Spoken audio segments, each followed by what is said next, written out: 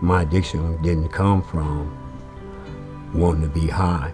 It came from what I was dealing with emotional and mental issues. Everybody that's homeless just ain't trying to be homeless. It's something that they're dealing with deeper than anything. And it bothers me that society has just thrown them to the side. These cats serve, regardless if they were in war or not, they were willing to give their life. VRC was founded in 1972 by a group of Vietnam veterans who couldn't find the support they needed when they returned home. For nearly 50 years, we've lived and worked in the same communities as the veterans we serve. We're a mission-driven agency staffed by veterans and non-veterans alike, and we're passionate about the work we do. Today, we operate 14 resource centers across California, Arizona, and Nevada, where each year we help thousands of veterans from all eras live up to their full potential so they can build happy, healthy, and enriched lives for themselves and their families.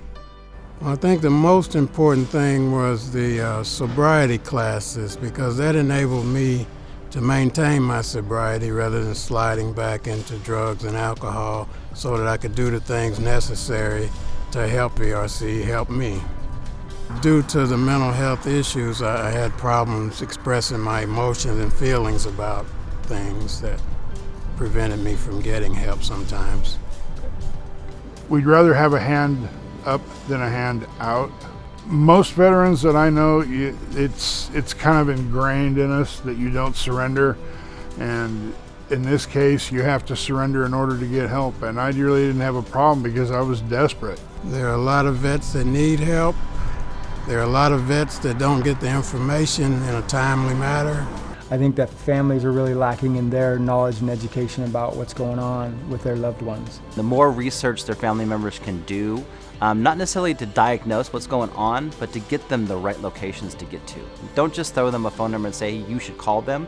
It's more of, hey, I have this information, let's go ahead and walk through it together. People can't see mental health the way they can see a physical disability. Because they can't see it, they don't necessarily believe that the disability exists.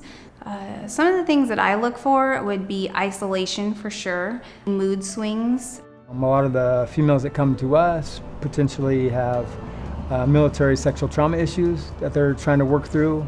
They're trying to find someone they trust who they can talk to and help get the support that they need. As a case manager here, I think it's important to have relationships, because then we can actually see anything that's out of the norm.